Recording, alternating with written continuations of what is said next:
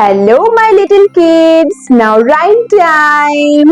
In today's rhyme class, we are going to learn a fun rhyme called Humpty Dumpty sat on a wall. So Everyone is ready? to learn this new rhyme with me?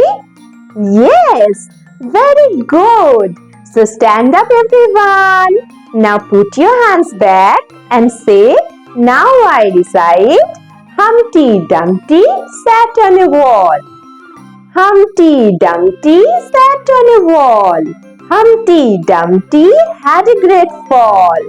All the king horses and all the king men could not put Humpty Dumpty together again.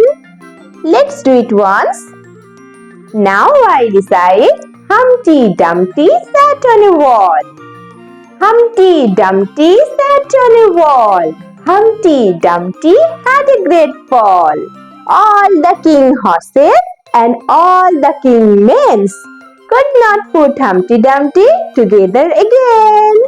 So kids, now it's your turn. You will learn this rhyme with actions. And now our class is over. So for more videos, subscribe to my channel and don't forget to hit the bell button. Okay? Now goodbye.